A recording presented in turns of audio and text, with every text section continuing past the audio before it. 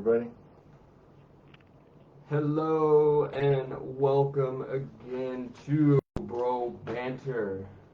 This is our episode 2, discussing the NFL Week 5 recap and making Week 6 predictions. My name is Stefan. Along with me is David, as always.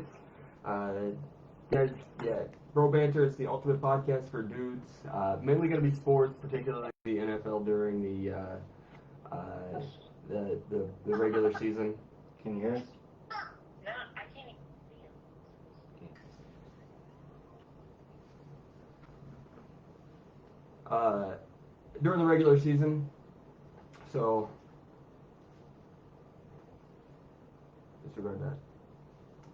We're live. I don't know what she's talking about.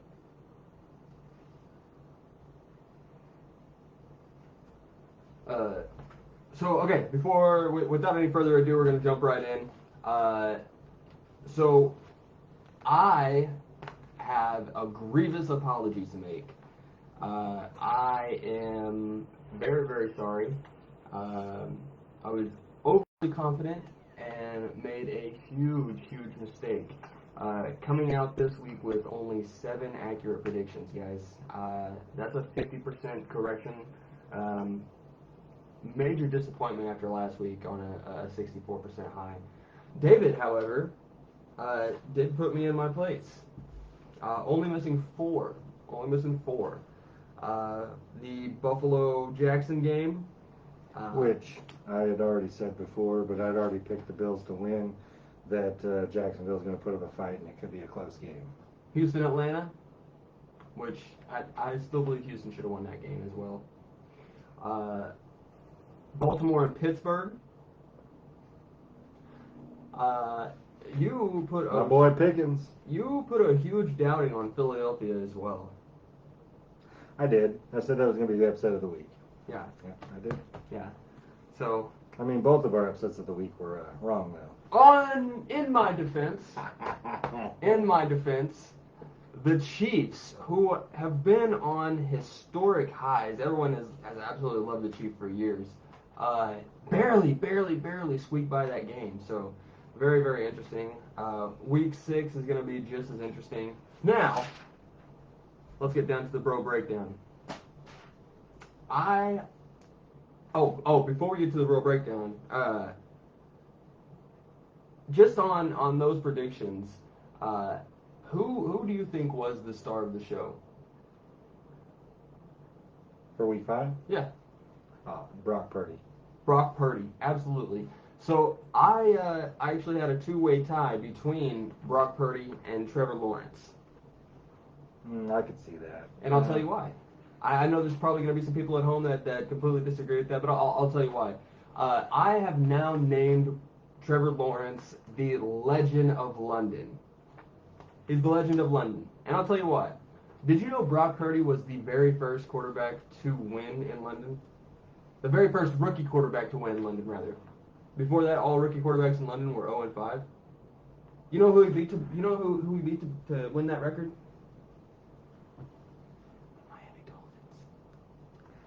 Hey, you know? The Miami Dolphins. First QB.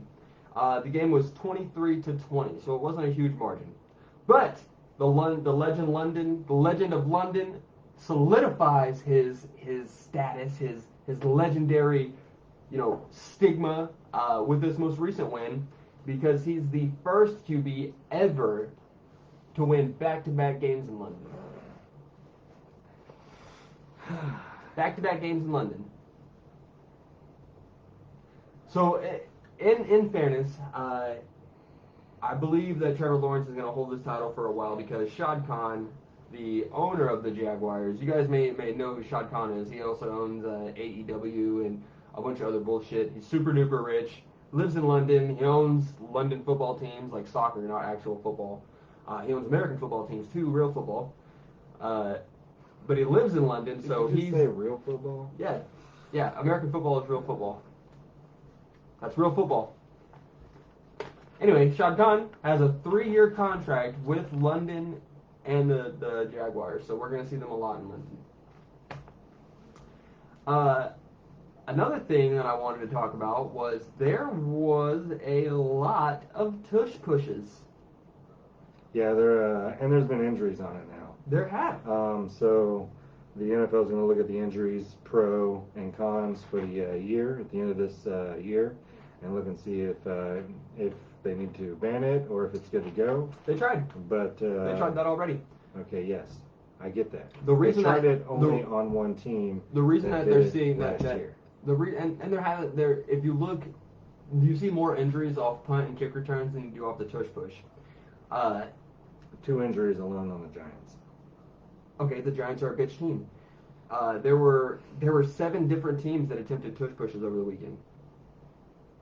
7 different teams. 2 were successful. Only 2. The Philadelphia Eagles with our brotherly shove because it's not a tush push anymore, and the San Francisco 49ers. I don't know. Like I said, they're going to look at it in the off season. It's going to be legal all year this season. They're going to look at the pros and cons versus injuries and non-injuries because other teams are doing it now. And the Giants did have 2 injuries on that play alone. You're not going to be able to ban the tush push without banning the QB sneak entirely. You can't do it. They won't ban the QB sneak. Right.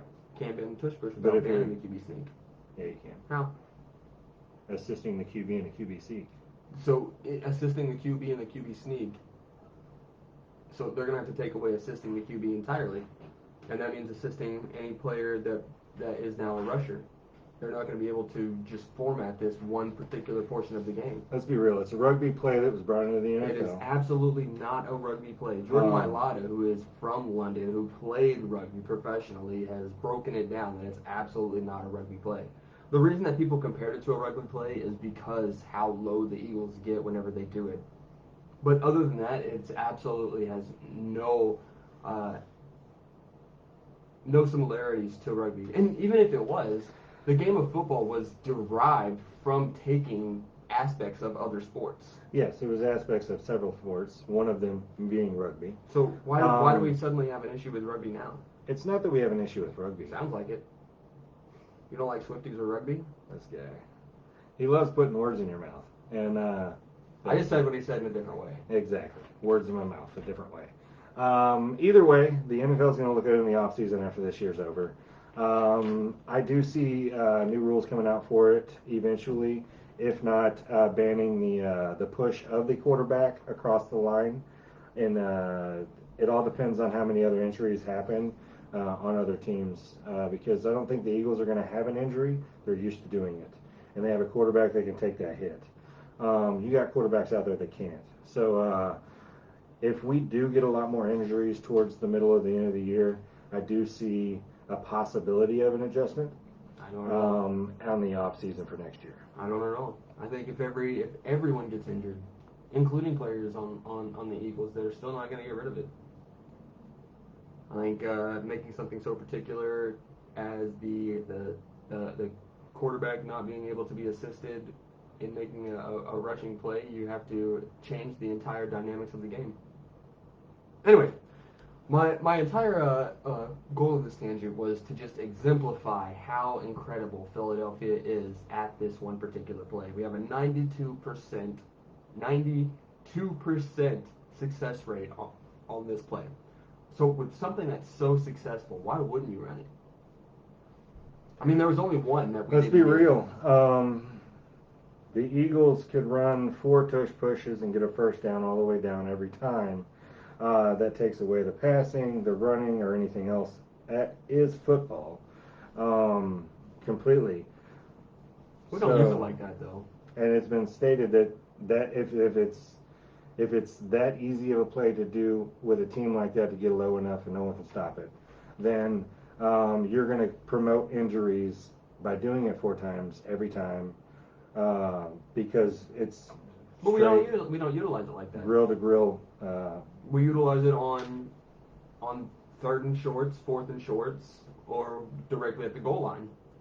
And the thing, the beauty of it is that every single person in the entire world that watches football on a consistent basis knows that it's coming. You know that if the Eagles are at a 3rd and short, 4th and short, or at the goal line, you know what's coming. How'd you like that flag?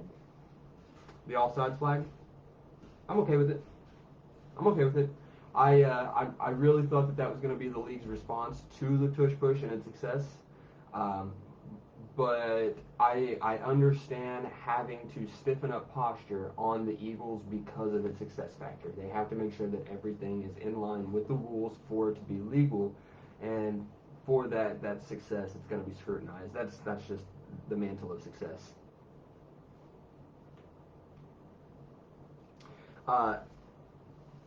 Continuing on,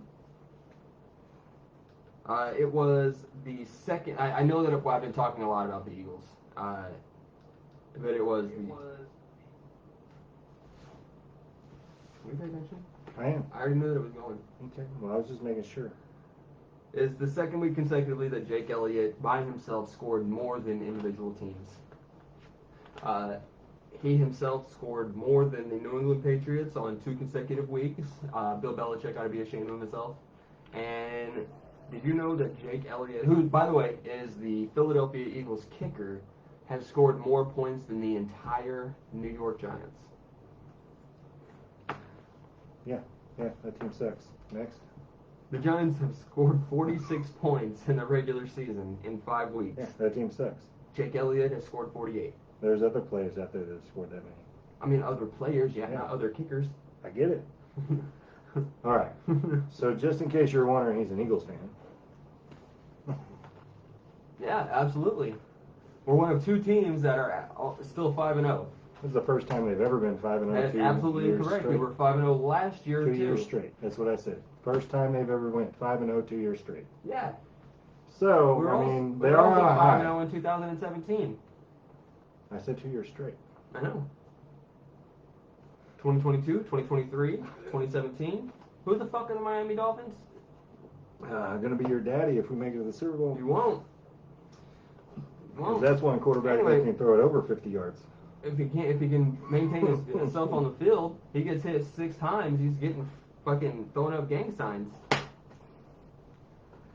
Shit, we're gonna have to cut that out. Yeah. That's too much. Well, that's too much. You know. Okay, moving on. What is going on with the Bills? I'm gonna tell you right now, Mac Jones is getting benched. No, the Bills. Oh, okay.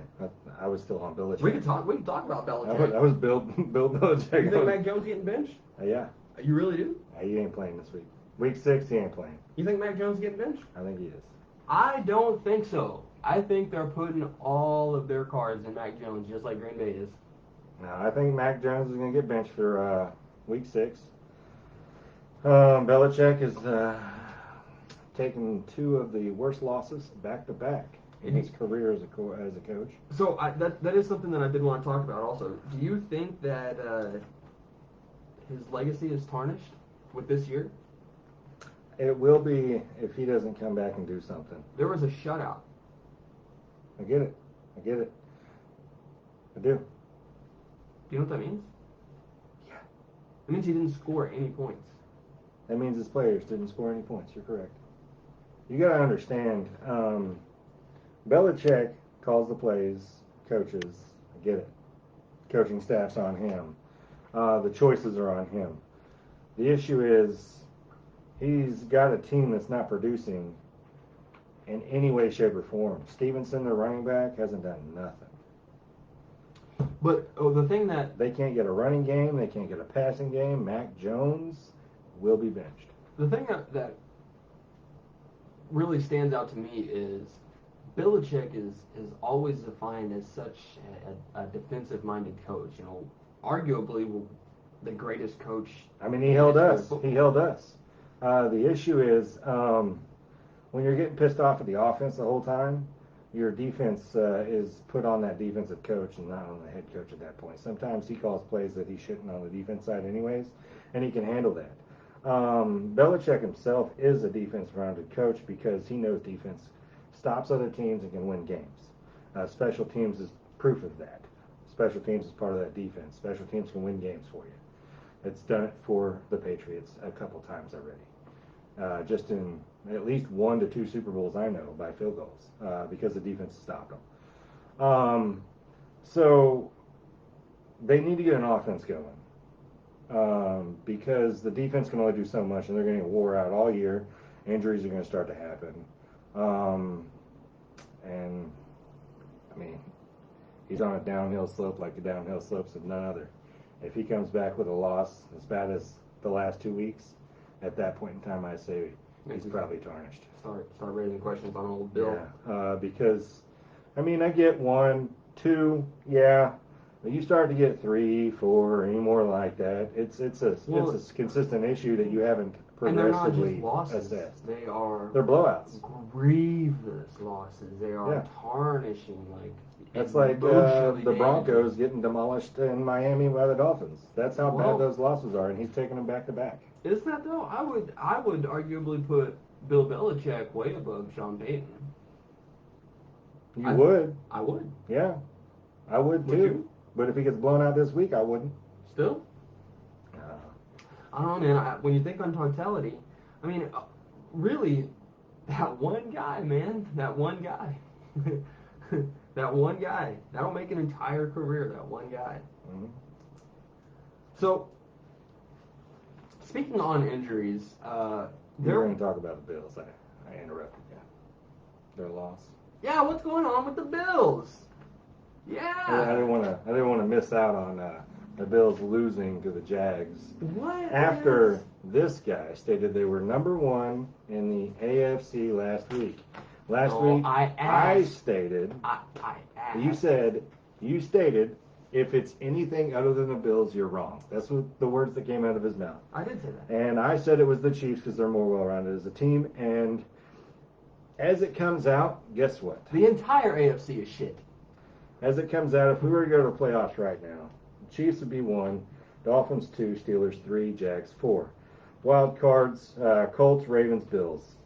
So the Bills are number 7 in that. Just stating.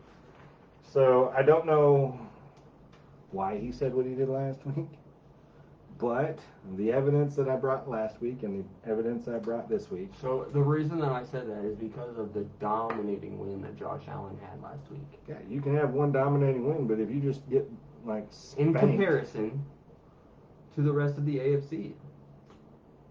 Yeah, I thought if he could at least coast, and you were right. You were right. It was complete jet lag.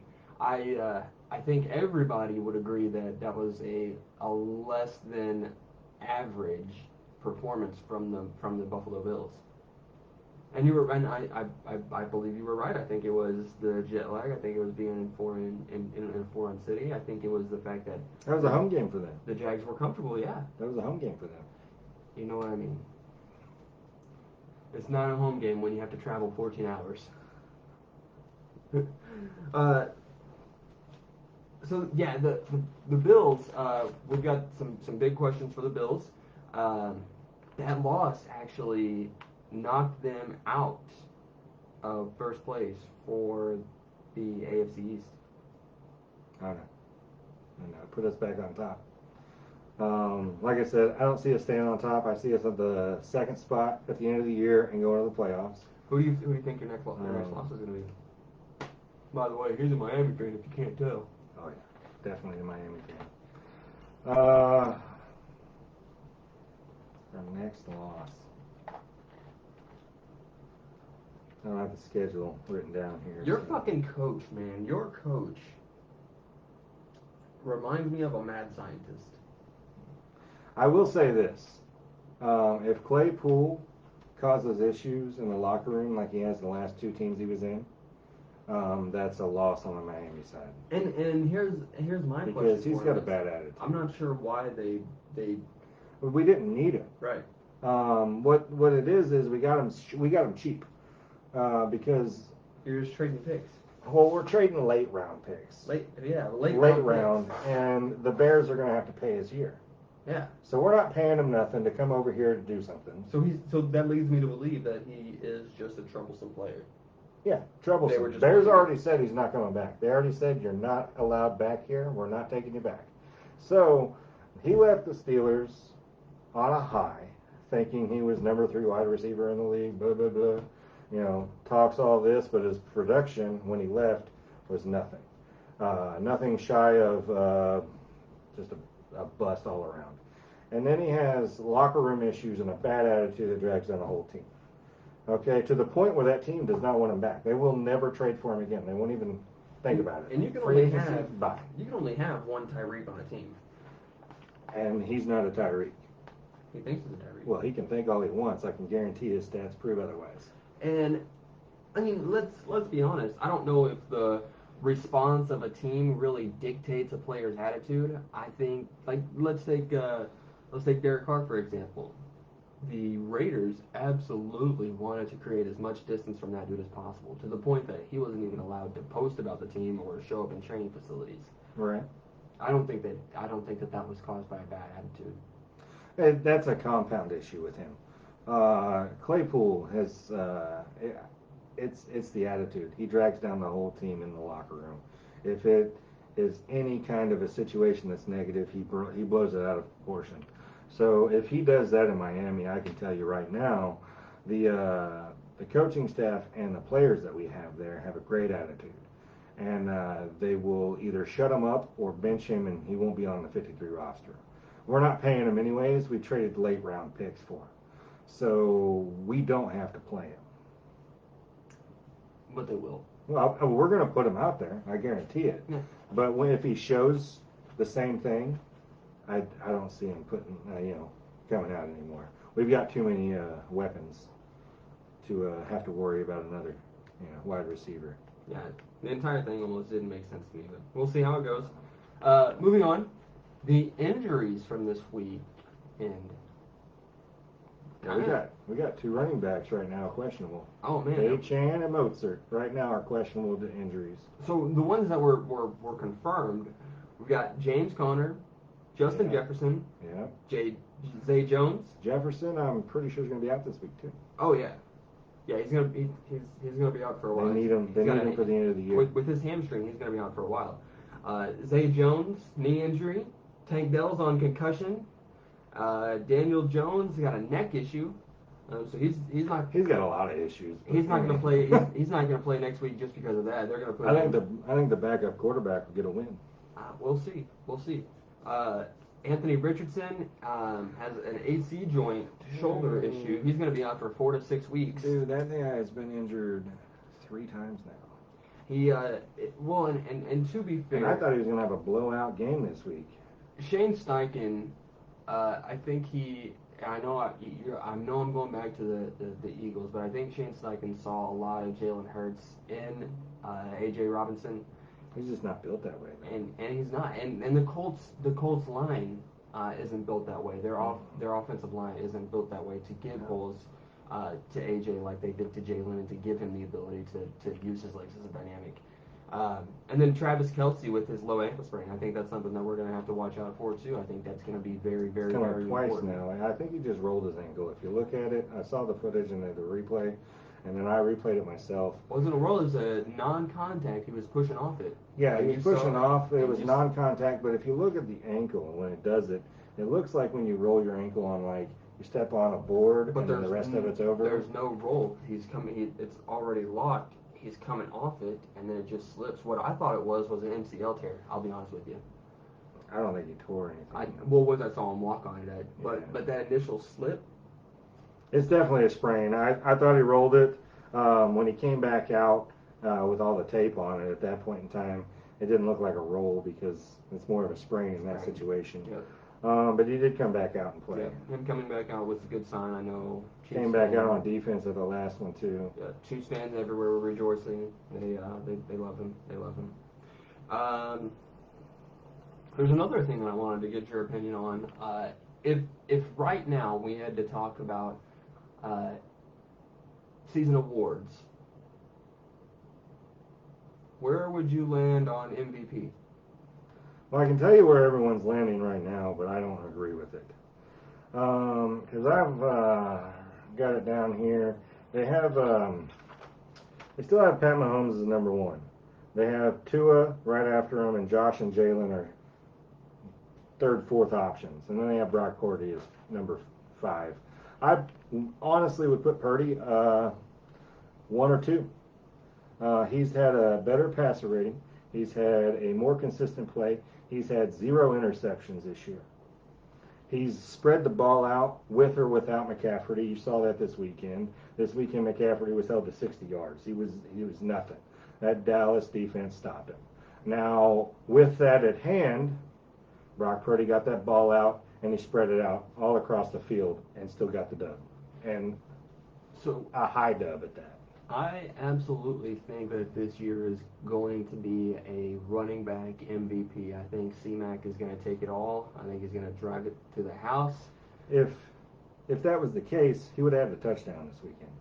He has not been stopped from a touchdown every game this year. Okay, so let's take that into perspective because yes, he did get held back to less than 60 yards, but that same Dallas defense hyper focused on C-Mac. Their only objective was shutting him down. And yeah, they may have succeeded there, but they lost the game terribly and on an insane blowout.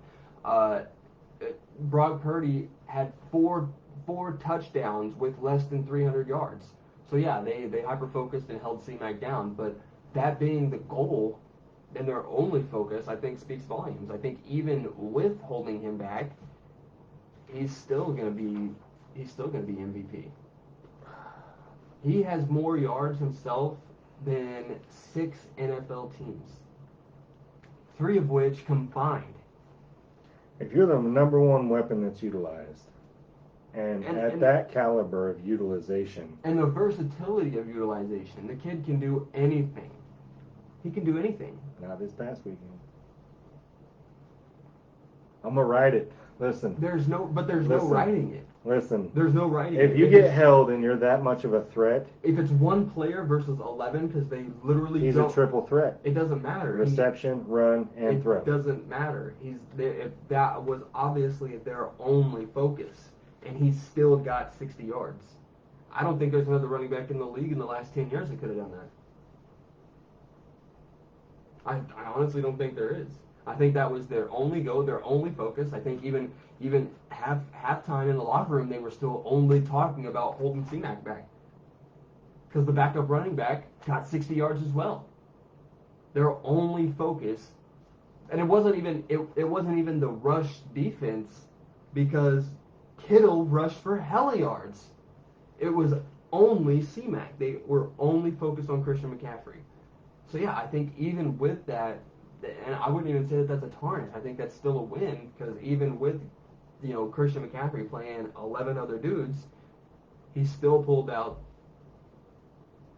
57 rushing yards and a touchdown. He did get a touchdown. No. Yeah. No, he didn't. I want to check that again. He did not get a touchdown this weekend.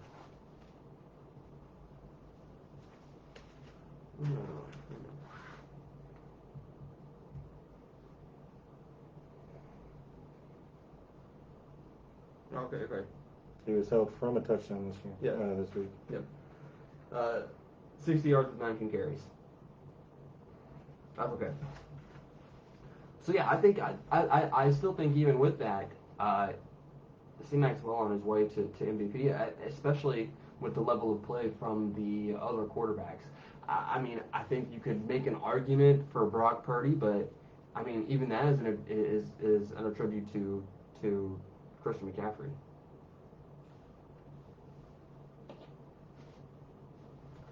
Sorry, I was pulling that. Who do you have on defensive player?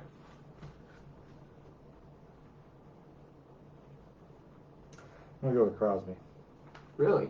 Yeah, he showed out in that game. It's one game. I get it. Just for the entire year, though, bud. You're talking about the entire year? Yeah, if we had to talk about... I'm talking about just week 5. I would put Crosby. No, if we're talking DPOY after everything that we've seen up until right now.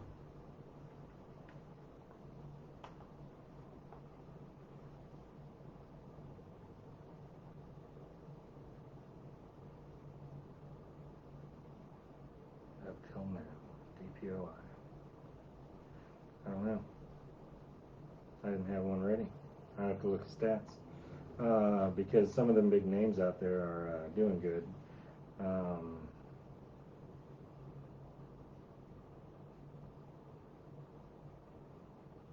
think with everything that we've seen, Fred Warner is,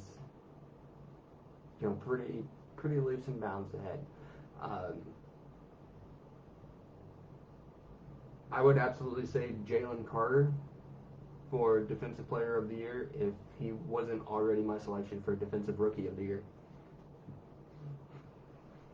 What team's he on? Oh, he's with the Philadelphia Eagles.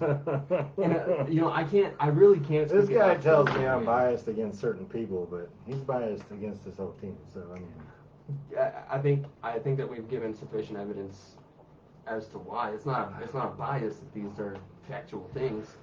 I mean, he was the number one pick in the draft. That's factual.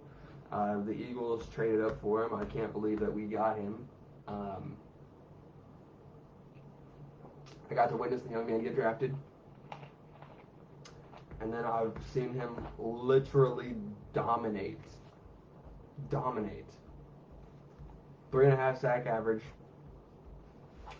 for a defensive tackle. He moves whole linemen 2 at a time.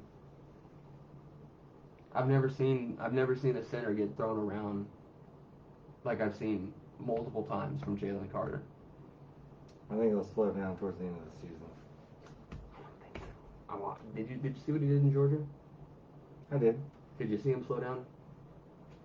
I don't think he's got no slow down in him. We'll find out. Especially around some of the other defensive linemen there. Some of the greatest linemen. Period.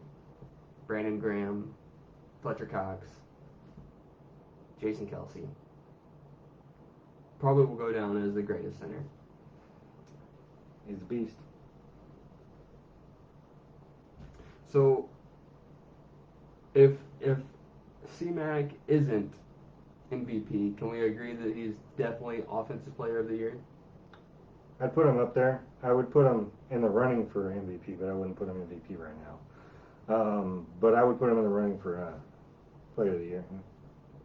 Would you put him at a dominating front for Offensive Player of the Year? If I'd he's put him not at MVP? top 3 right now. What? Where do you get your weed in? Can I have some?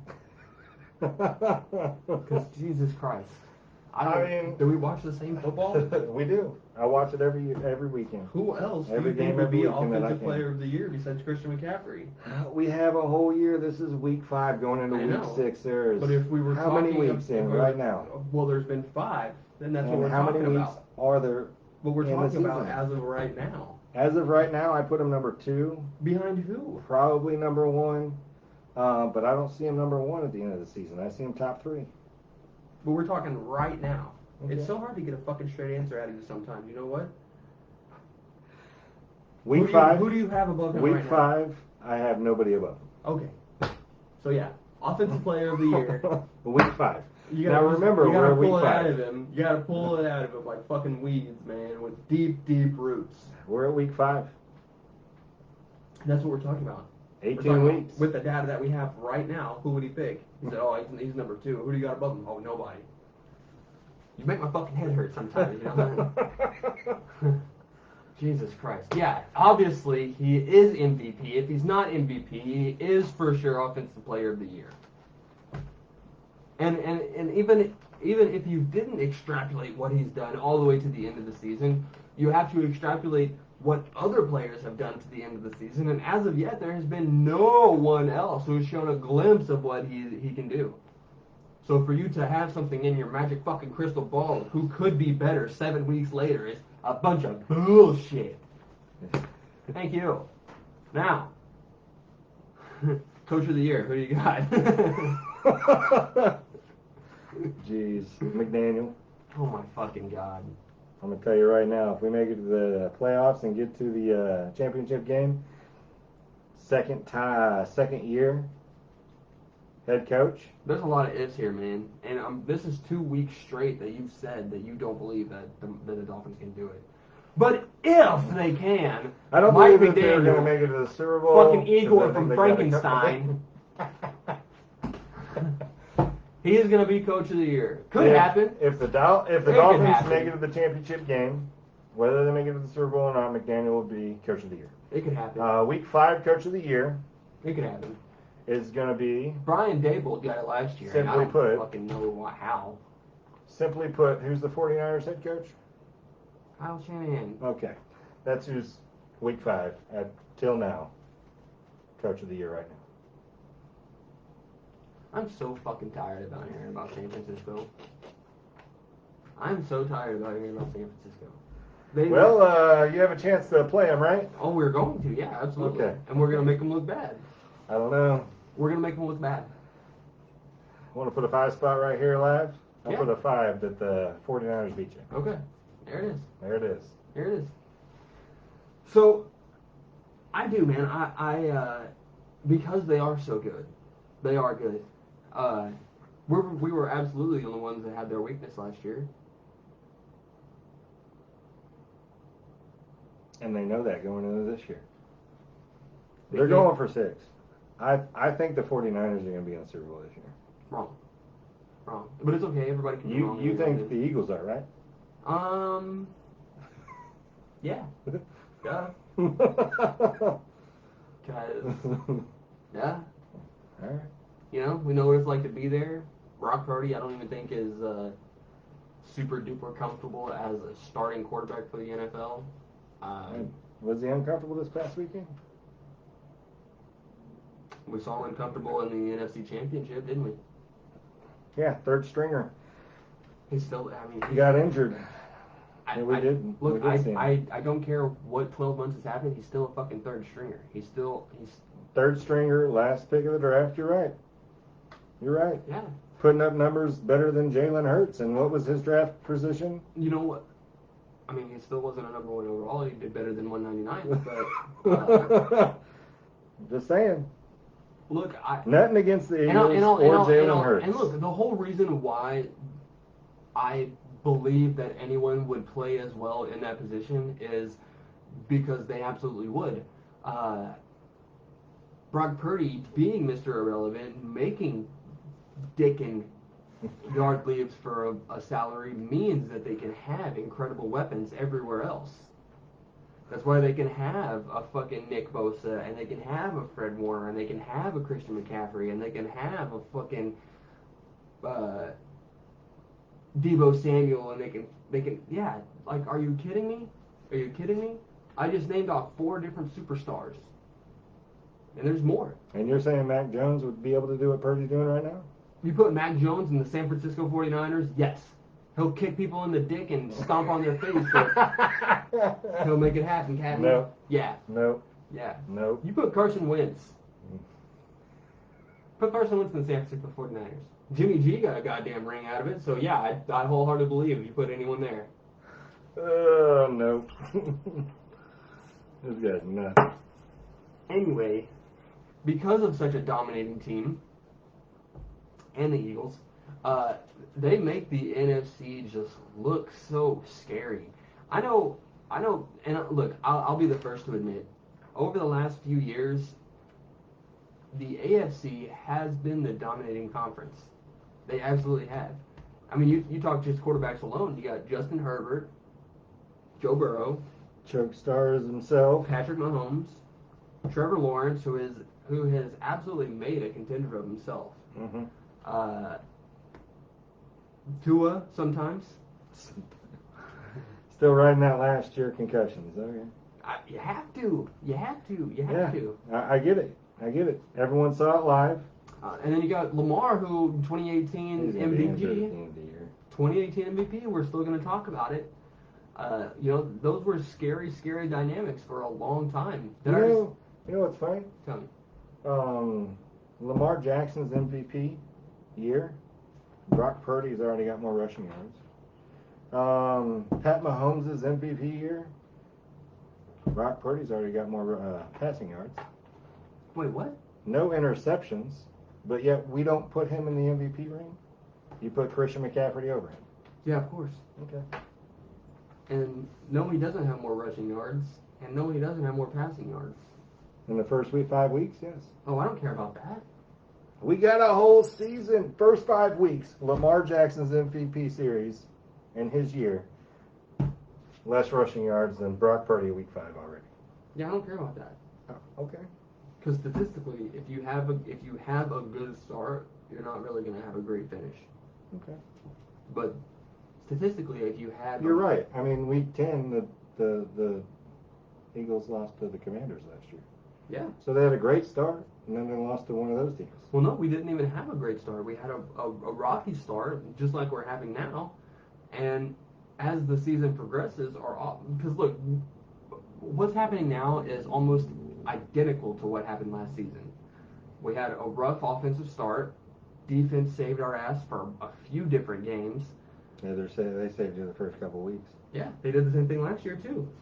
Because it takes a little bit for our offense to start clicking, but it takes a team to win championships. We are clicking. We are clicking quicker and more effectively earlier now than we did last year. You know, and that's another thing that I wanted to talk about. How many quarterbacks threw for 300 plus last week? Several. I'm trying to count them. I'd have to. Yeah, I don't know the number off the top of my head, but there were several of them. We're gonna post how many quarterbacks got 300 plus and what they got. But I'm gonna say at least 5. I'm gonna say at least 5. I think it's more than that. It most likely is. Most likely is. But yeah, I think with the Eagles and the Niners, the NFC looks absolutely scary. Eagles are 5-0. Niners are 5-0. Bucks are dominating the South. Lions are dominating the North. And then, you know, everything on the AFC is just mediocre. Pittsburgh is winning the North. Do you know that? Pittsburgh has the North. Yeah, I got them right down here. Miami has the East. The Jags, they're winning theirs. Yeah, the Jags, who are 3-2. The 3-2 Jags. The 3-2 Steelers winning their conferences. And then the Chiefs. The Chiefs are winning the West. Because the next closest to them are the Chargers at 2-2. Another scary quarterback a few years ago, Justin Herbert. He's a choke artist. One man can only do so much. I get it. He's got Keenan Allen. He's got a bomb. Oh yeah. Who? Let's be honest, is a number 2 on any other team. He's a number 2. Listen, Unless he goes to the Chiefs. Yeah. I'm gonna tell you what, number 3, Claypool would be a number 1 wide receiver on the Chiefs right now.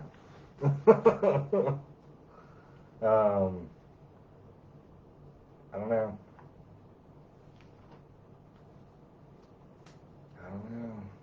I think he's a wide receiver 1, but that's just my opinion. Of course he is. Not just on the Chargers. If you put him on a few other teams, he's a wide receiver 1. Where else? Well, let's just say the Raiders last week. Yesterday. I'd put him in there. He would have done more than Adams. He's still not wide receiver 1. He's still not wide receiver 1. He would have done more than Jacoby Myers, so he would have been wide receiver 1 that game. I don't think so. I absolutely don't think so. They clicked up so hard. I think I'm gonna take Myers over Adams next week too. Well, I told you to this week.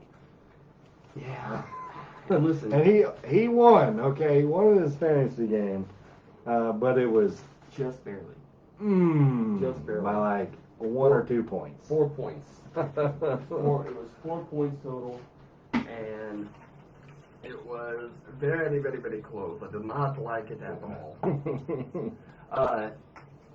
And yeah, so that also wasn't a stupid decision. Well, it ended up being stupid, but you get the status that Devontae is healthy. He goes from questionable to healthy, and he's suiting up against the former team, the Green Bay Packers. So everything tells you he's going to have a great game.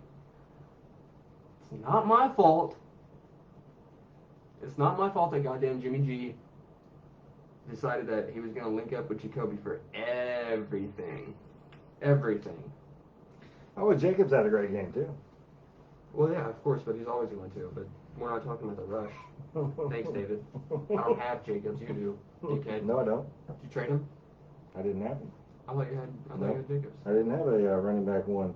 And then when I got one, I said he was going to be injured for like 4 weeks. He's been injured the whole time since I got him. Anyway, Somebody said he's going to be back the next week. Are you guys ready for our next segment? Because I am. I'm so excited for this one. Dave's Diamonds! Yeah. I only got one right. Well, hang on. No, two. I think in comparison to some of the other blowouts, I don't know if any of these are really right. But let's just talk about Bijan for a second. Because what did I tell you? You told me that you got his number and he's not going to get nowhere. Yeah? That's what you told me. And what happened? He had a fumble that was lost. He had a touchdown. He had one reception and 46 rushing yards with 12 receiving yards. That's what he had. That's not what he should have had. That fumble. He should have had that ball in his hand. He shouldn't let go of it. Do they have his ticket? I don't know if they have his ticket. I think he's on a slump. Oh. I don't think they have his ticket. Rookie on a slump. Yeah, I think Rookie on a this slump. is the first year in here playing. Third week. First year in here playing RB1. First year in the NFL, David. Of course, I it's get for his that. first year. I get that. 5 weeks in, he's going against the caliber of people that he's not used to going against, from college to the NFL. Everyone's going to have a slump. Just look at what we got out there right now. Everyone's going to have a slump. Shouldn't happen in the first 5 weeks, especially after having. No, let Burrow know that. Burrow didn't start out explosive. You're right. Burrow started out shit. He started out getting paid and then going to shit. No, he didn't start out getting paid. He started out on a rookie contract and played explosively for 2 consecutive years, and then just now started playing bad. I think partially because of an injury. Bijan was number 1 RB overall in the draft.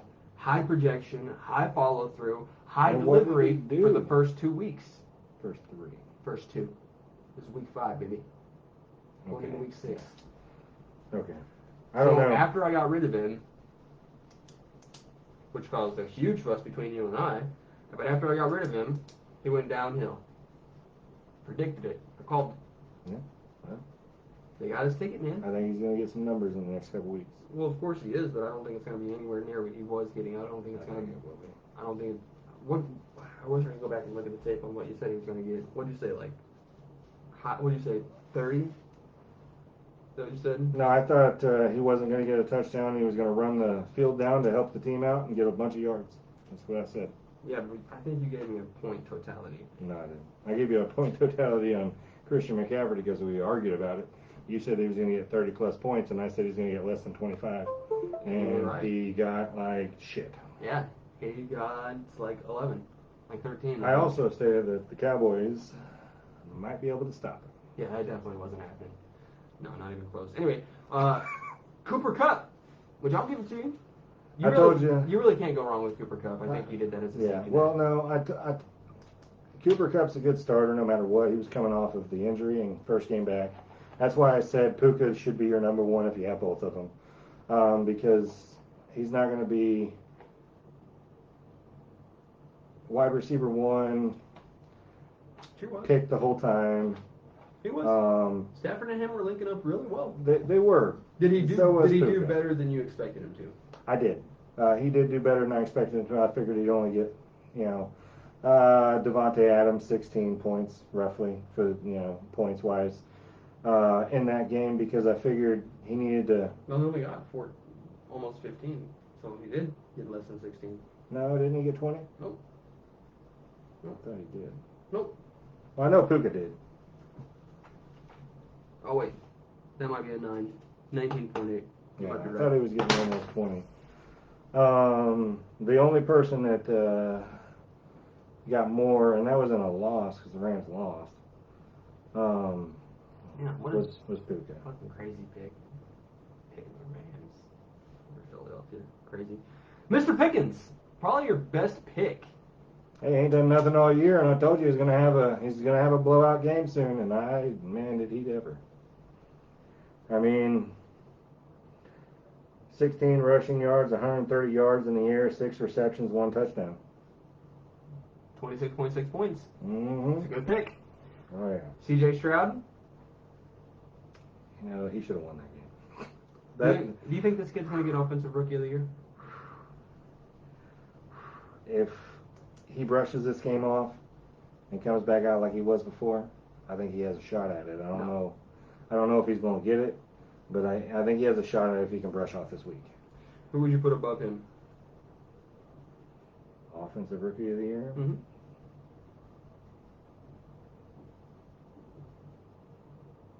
Nico or Puka right now. That's the only two that's putting up any consistency all the way through all these weeks, man. I'd probably have to say Puka as well. I'd say Nico's got one bad week, just like Stroud now. Puka hasn't really had a bad week. He hasn't struggled at all. He's been over 15 points fantasy. He's been getting receptions and touchdowns like crazy. I mean, he's hooking up. Yeah, he's locked in. That guy is a beast. He's right now top 2 wide receiver. No, yeah, even week 5 he's top 2 wide receiver in reception yards, and he could blow out everybody. If he keeps going like he is, he could take top wide receiver of the year. Do you think he could continue at this level of play? I think he could. You think this rookie could, Puka, but Christian McCaffrey can't? We don't watch the same football. I'm almost sure of it. I'm gonna need you to tell me some weed. I'm not biased. It's as simple as that. I'm not biased. I think Puka could do it, and Christian McCaffrey got shown up this past week, and I think teams are going to watch that. When they go up and you're playing the 49ers, think that there is another team in the NFL that is willing to have such a loss to keep Christian McCaffrey at bay. I don't think that there's a team that can't stop Christian and the 49ers. It's like you just said what I said. No. I think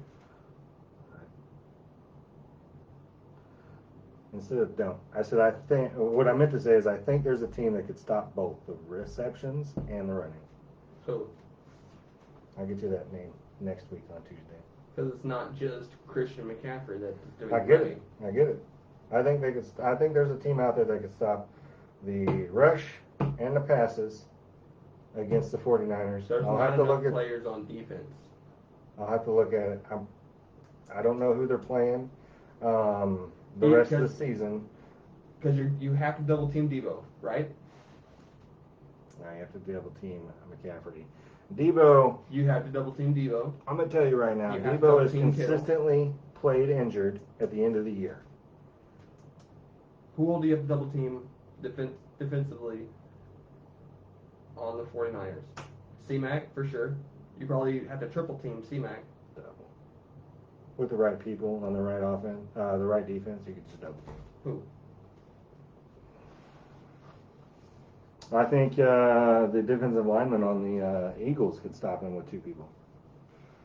Probably. Only 2. But that's it. Like I said, you're putting me on the spot, and I'm not ready for it. I'm not gonna lie. I'm not 100% ready for the question at this. I'll get that answer on next week Tuesday on the teams that I feel like could stop McCaffrey and that receiving core. Do you think there's another team in the NFL that could stop C-Mac with double team alone?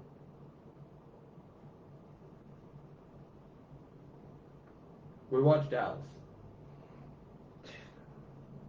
Dallas stuck on the running game the whole day. Dallas wasn't even stuck on the running game. They were stuck on Christian McCaffrey. I think we've established this. Because Kittle rushed, backup rushed. I honestly don't think that there's another team in the NFL that has enough defensive players to stop them entirely.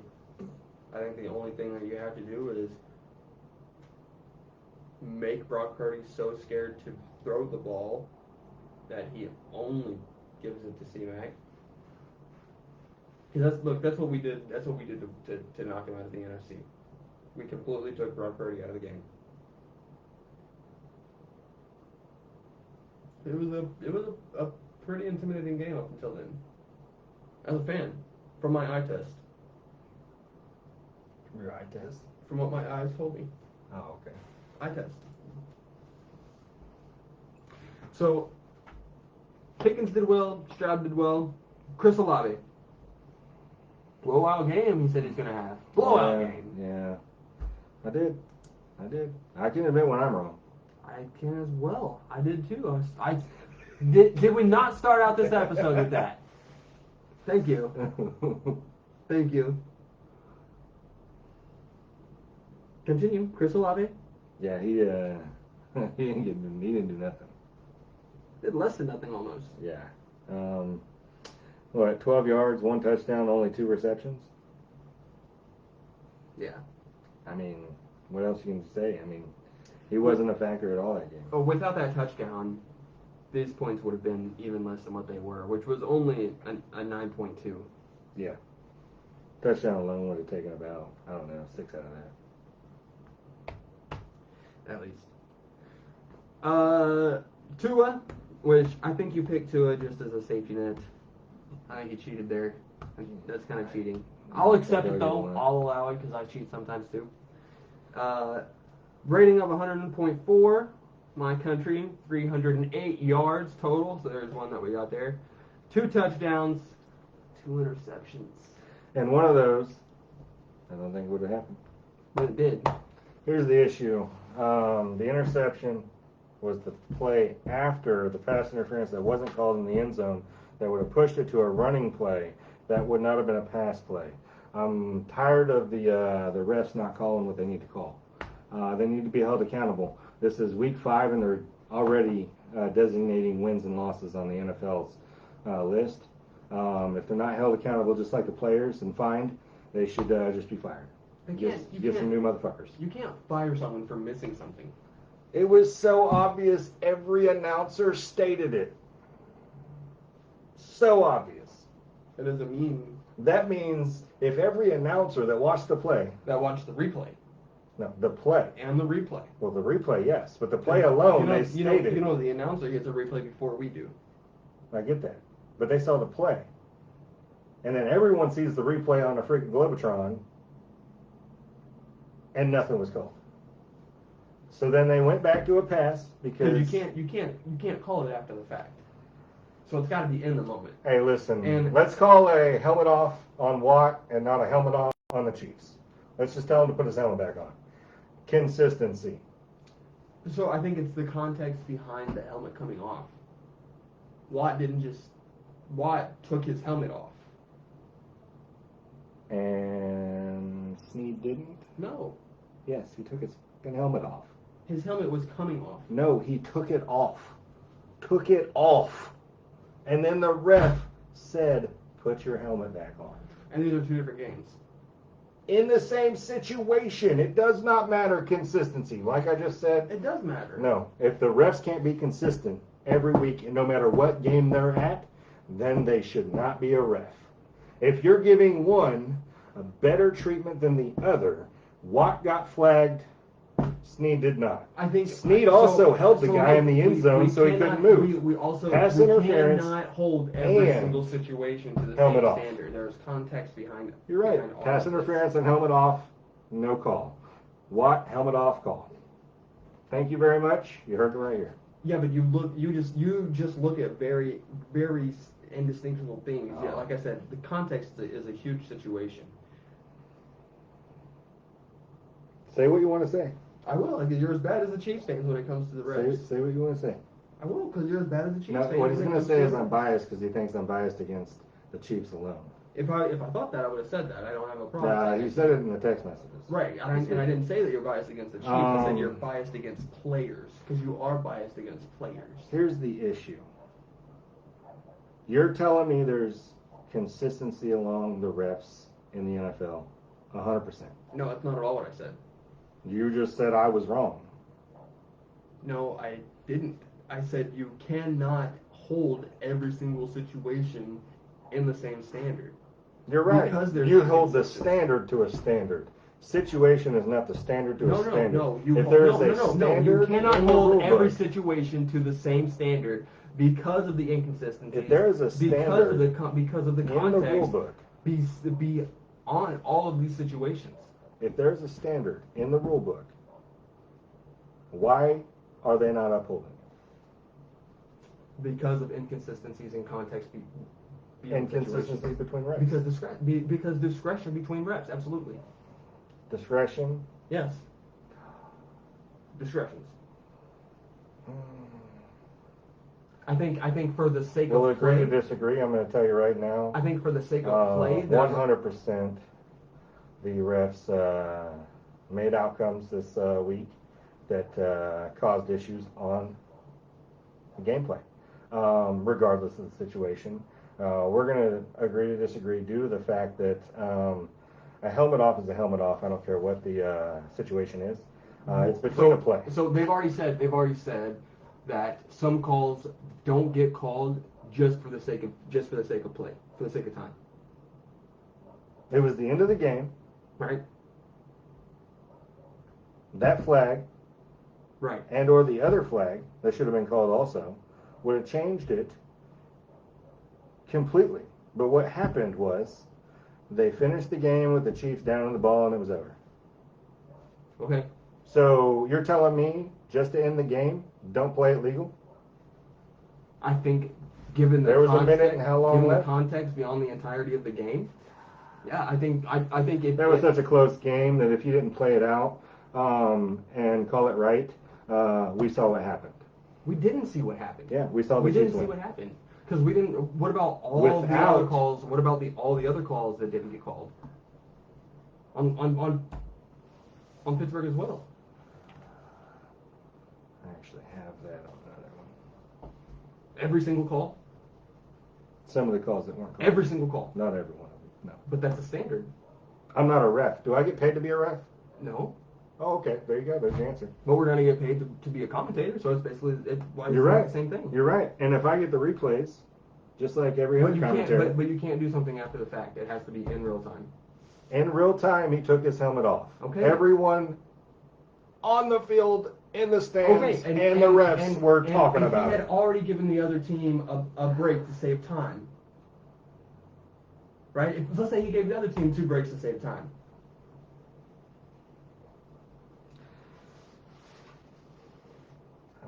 Discretion of fairness, discretion of play. I think if there's anybody in the organization that Look at the horse collar. That should have never been a horse collar. Which one? Because there were several. On the same game. Should have never been a horse collar.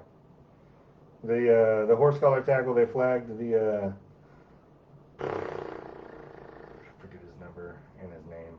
They flagged it on the Chiefs when he didn't actually grab him by the horse collar, had him by the jersey to tackle him. That was it.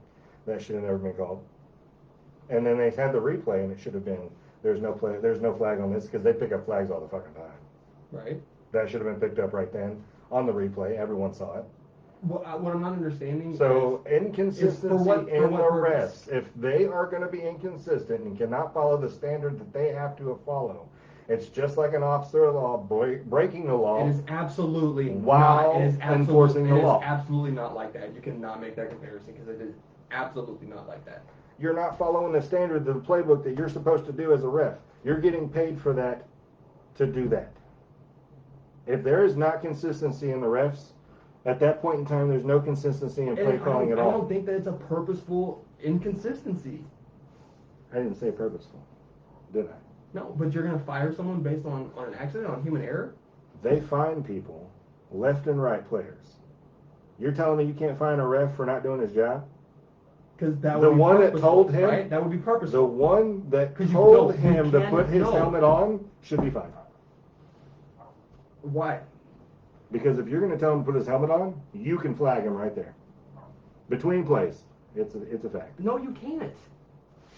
It's witnessed in the moment. In the moment. You've said in the moment 20 times. You cannot flag between plays. Really? Yes. What's unsportsmanlike? What's taunting? What's any flag flag between between end plays? Of a play. That's at the end of a play. It's never between plays. That was at the end of the play. It's in between plays. That was the between end plays. of the play. That was the between end of plays. the play. End of the play. It was between. He takes his helmet off, walking up to the refs, Throwing a fit like a 2-year-old. Between plays. The play was over. It was already done. It was dead. Anyways, And what's next? you can't find someone for a human error. The reason that players get fined is because of purposeful actions. Like cussing in a press conference or head-to-head contact.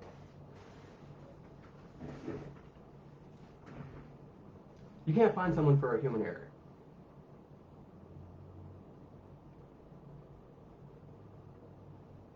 Right? You can find them for not doing their job. But you can't. No, but you can't. Really? Yes. Really? Yes. You can't dock them pay? That's technically No. a fine. Not for an error, not for an accident, no. Oh my gosh. No, you cannot. Absolutely not. And We're gonna agree to disagree the whole time on this. Well, yeah. it's a simple fact. What's the end result? The end What's the end result result? is accountability. And If that they're being as should be accountable done. as they can be, and you're I gonna don't think they and you're are. gonna find them. I don't think they're being accountable. as So you they think can it's be. you think it's purposeful inconsistency? I think What for? For what game? it's a good question. For what game? That's a good question. That's what I'm asking you. You That's have to a have an good opinion. question. You can't just have a theory without an end result. For what game? That's a good question. You Right. can't rig a whole NFL series. You think it's rigged? No. That's what I'm saying. You can't rig it. It's So, not. right, It's what not I'm trying to that understand. situation. Right. So if you think it's purposeful, if you think it's malicious, for what purpose? For what game? Just like any other job, in any other job, even if you are the best at your job, numbers wise, showing up, doing your job, exceeding expectations, if you're not known versus known and favorited, whether the same stats or not, is going to get them better result and more leeway.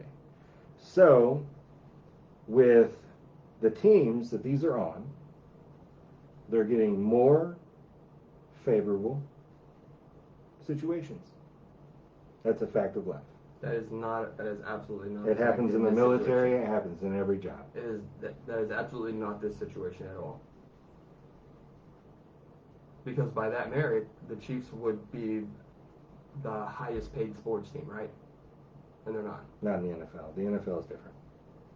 So okay, so speaking specifically about the NFL, The which is what NFL this entire, alone which is what this set entire on a cap podcast space. is what this entire podcast is about. The What NFL is is the on a cap purpose? space. Okay? What Cap is the space. purpose? Every team gets the same amount of money. Every team has the same amount of opportunity. The issue is the team is not the ref.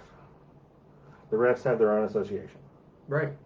If you are not going to be consistent as a ref, you should not be a ref. What is the purpose of the malicious inconsistency? You've yet to give that to me. Why would they be inconsistent on give it to purpose? you. You haven't. Yes. No. You've just talked in circles. Let's just and use the not- word favoritism. There you go. Why? You're telling me a ref can't pick a team? You're Why? telling me they can't pick a team? Why? Look at Inte. Why? He was playing against himself in fantasy just this weekend alone. The refs cannot absolutely play in any of that. They can't. They can't. In fact, the four that were not in the NFL, were in the NBA, were absolutely made an example of. Players that think that they can bet. You're right, I'm wrong. I'm That's like saying an NFL player can't play fantasy. They can't. They do. They can't. Okay, then you're telling me the running back on the Jags needs to be taken out? Is it for money? He's playing fantasy. Is it for money? You just said they can't play fantasy. They can't. Jesus Christ, dude. I mean, I'm not going to put words in your mouth. The words that you stated, they can't. Right? What reason would a ref have of inconsistently and purposefully calling a game in favor for a team? They don't get money from the team. They can't gamble for the team. They're a completely separate organization from the team. So there's no logic that you have provided to make me or anyone watching this believe that it is an accountability in the organization of the referees. They are in no way in any possibility of a financial gain. So if not for financial gain, what else could be a motive? Excuse me. What? What else could be a motive? If not for financial gain. Because you're sitting here trying to say that the entire organization of the NFL is rigged based off the refs. I never said it was rigged. I actually specifically stated it's not rigged. In that whole conversation prior to this. But then you say I'm saying the refs need to be held accountable. That's what I said. Those are the words I stated. If they're going to have blown calls and no calls and just not show the fuck up, that's what that guy did by just telling him to put his helmet on. Those guys just didn't show the fuck up. They called a horse collar that should have never been called. It was obviously not a horse collar. They allowed a pass interference that should have been called. He was holding him in the end zone. Couldn't even move, so he just gave up. So the dudes that miss those calls should be fined or fired. By your standard. He should be held accountable. And if he does not fix himself, then yes, fine. So you corrective training and or coaching needs to happen. So what's the expectation? You expect perfection? No, I expect a standard to be held no matter which stadium they're playing in. That's so what regardless of context or regardless discretion. of context, discretion, nothing. No matter what field you are reffing on, be consistent to the standard. Regardless of context.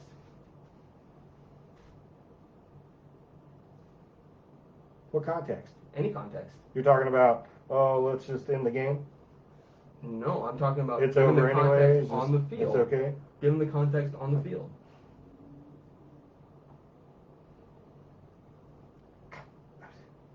We talking about hearsay? No, just because you can't fathom something in the moment doesn't mean that you can't think about possibilities that could happen.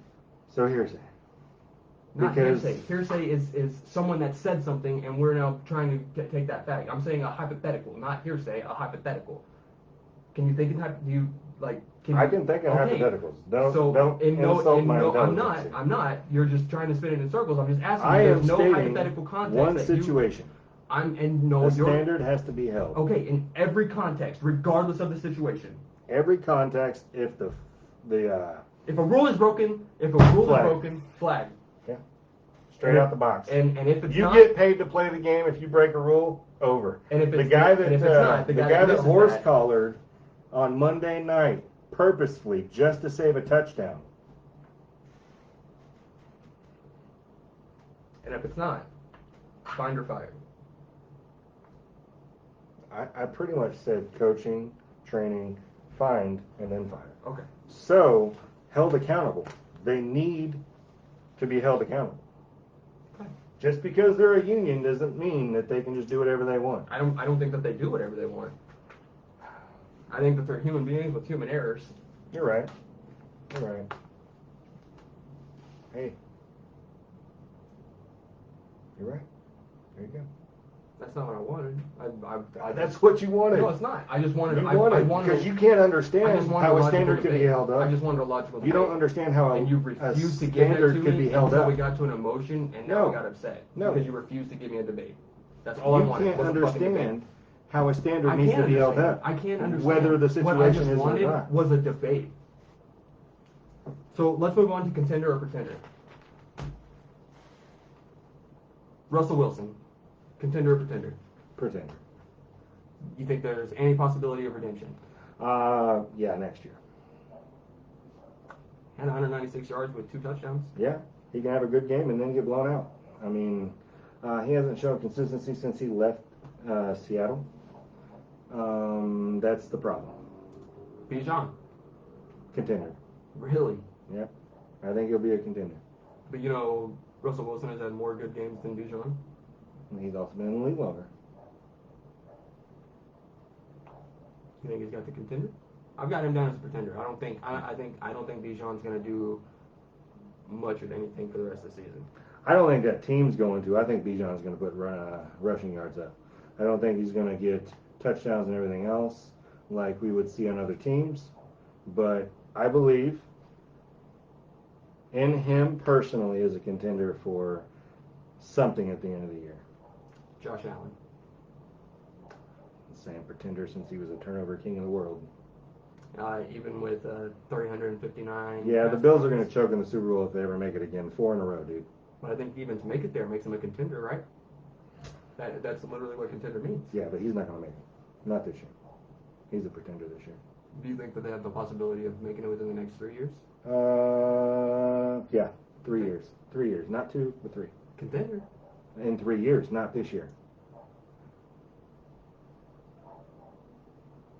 What about the Dallas Cowboys defense? Contender. What the fuck? I do. Why? I think they're going to pick it up from this week and show improvement. You can't take anything away from Parsons. Just to sleep on him alone on that defense is a joke. But I think it's because of Parsons. Because of Parsons makes him a contender. No. We can't extrapolate what a player did last year to what they've done this year because he has not shown any sort of life this year. So I put the defense as a contender. I don't put the team as a contender. Based solely on this year, you think Yes. think that really? Because they've had good highs and terrible lows. Once they get that consistency in, they had one high. It was a good high.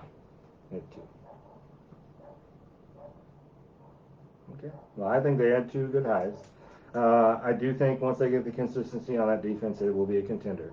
I do not believe the Cowboys will make it to the Super Bowl. The choke artists will show up in the playoffs and go home. That's what I think. We said their defense. I think that they are the pretender kings.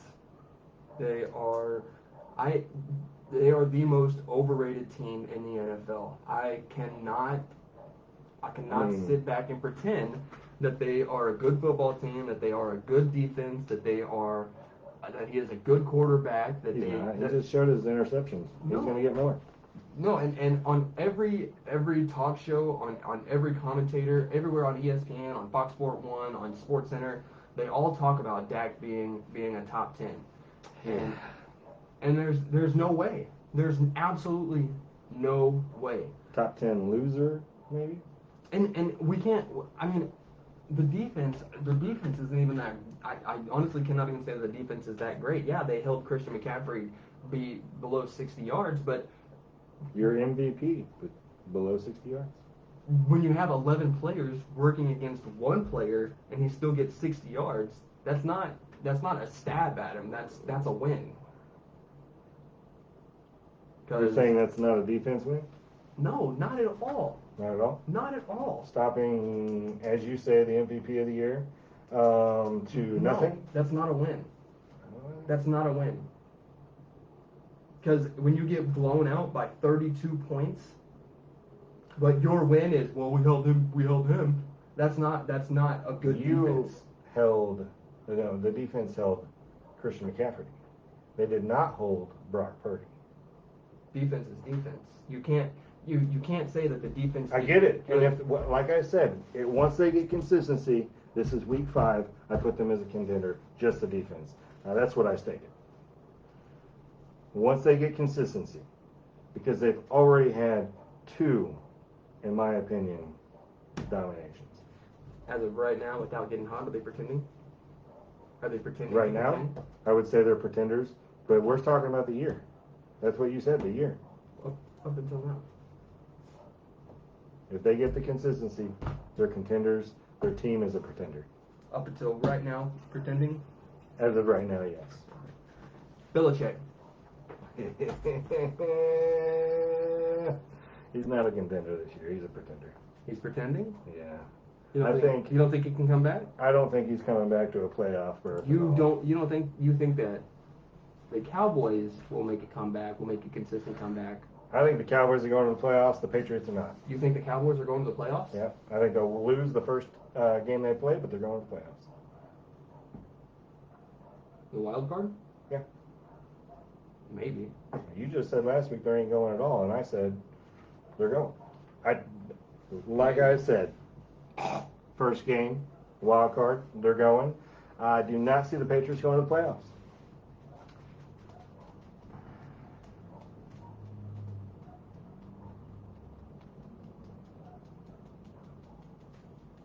What? You're wrong. Do you think I'm wrong?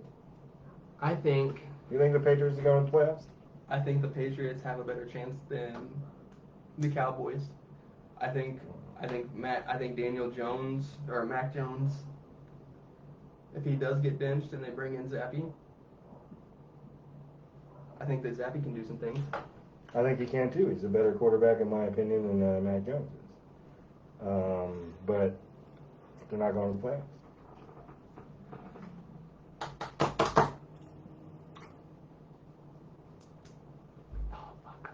You want to say it? He wants to say, mark my words here, you're going to see the Patriots in the playoffs. But he can't do it. I'm not gonna say that. what I will say is that if the Patriots can separate from Mac Jones, because fuck Mac Jones. Well, we know you hate him. Well, it's not just that I hate him, it's obvious that the Patriots hate him as well. Oh, they've been standing behind him up till now? What the fuck? No, Sauce Gardner threw him like a fucking ragdoll bitch, and 3/4 of the team pointed and laughed. They hate this guy. I think that's why, I think that's why he gets fucked up so much. Wasn't he one that gets sacked all the time? No, it was Sam Howell and then Daniel Jones. Yeah, Sam Howell and then Daniel Jones. Daniel Jones, he's going to be out this week. Yeah. Yeah. See, and you said you think their backup's gonna pull out a dub? Yep, I think so. Who are they I playing? don't know. I got it right here. Let me see. You got your picks.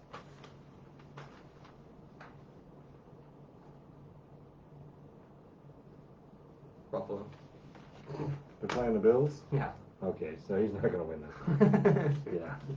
Playing the Bills, coming off that loss. At Buffalo. Oh, at Buffalo? At Buffalo. Yeah, no. He won't pull out a win this week. Depending on who he'll play next week, I think. How fucking excited would you be if you did, though? Dude, not only would I just laugh for an hour straight at Josh Allen's pathetic excuse for a quarterback one position. I would just say, come home to Miami. We're going to destroy you. Just good luck. If they lose to the Giants, have a backup quarterback. Yeah. So I drafted Bijan. I think Bijan is a pretender as well. I'm going to continue saying it. I think they got his ticket. He may have another one or two blowout games, but I think it's going to be pretty consistent. In fantasy, 11-pointer. Now, finishing out. Oh, there was another crazy piece of info that I wanted to share. It had nothing to do with the NFL, but the rapper J. Cole is now part of the buying group that is purchasing the Charlotte Hornets from Michael Jordan. Oh, I heard that. Yeah. For $3 billion. Yeah. $3 billion. That's fucking crazy. That's insane. Who are your diamonds for the next week? I got Foreman. Put him as an RB2. And Curtis Samuel. Put him as a wide receiver 3 option this week. Moss, after his blowout this past week when Taylor was coming back, I think he's going to just take the position and run with it. Wait. Oh, what? Debo? Samuel? No, Curtis Samuel. Curtis. He's a commander.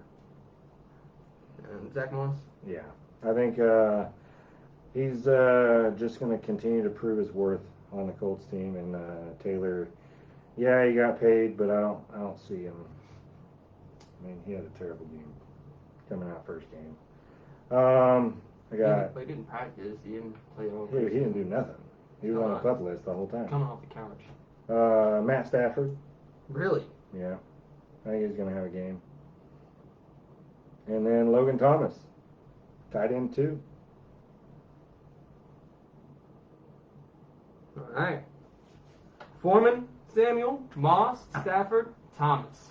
You heard it here first. Check back next week. We're going to see how they ended up. And finishing out, we got Stefan's selections. So, Denver over KC. I got KC on this one. Baltimore and Tennessee. Baltimore is taking the dub. Washington is taking Atlanta. Minnesota over Chicago. We got Cincinnati taking the dub over Seattle. San Francisco is going to mop Cleveland all over the place. Carolina is spanking Miami. Just kidding. I actually got Miami. They're going to have to win a game, though. Eventually they are. Eventually they are. And what's crazy is I actually had Carolina being a dominant threat this year.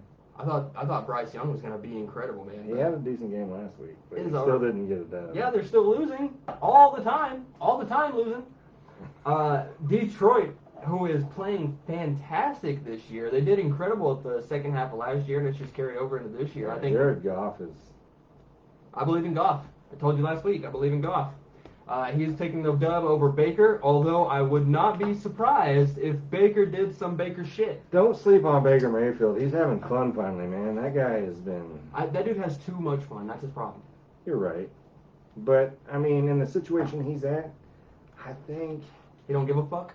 Yeah, because of where he's been and where he's been switched to, he's at that point where, fuck it, I'm going to have fun. I don't care. Yeah, it's either this or bust. And I think right now he's not one to sleep on right now. Indy over Jacksonville. I think Indy's going to take it. New Orleans over Houston. I think, especially given the high that they are on after last week, they're not going to let that down. They're definitely going to take that one to the house. I've got Las Vegas over New England. I think that's going to be a close game, though. The Rams over Arizona, so I think Matt Stafford might have an opportunity to do something. Philly over the Jets, although, even though Philadelphia is my team, if they were to lose to the Jets, I think that would be the upset of the week. Buffalo over the Giants, and then I think Dallas is absolutely going to pull out a very close win against Justin Herbert and the Chargers.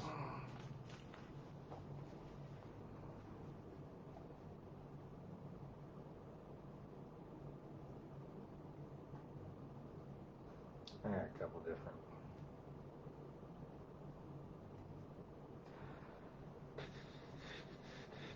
I think the Bears will beat Minnesota. No. No. Even without Justin Jefferson, Kirk Cousins is really, I think really... Jacksonville will beat the Colts. No. And I think Houston might beat the Saints. No. None of those are correct. But we'll review picks next week. All right, guys.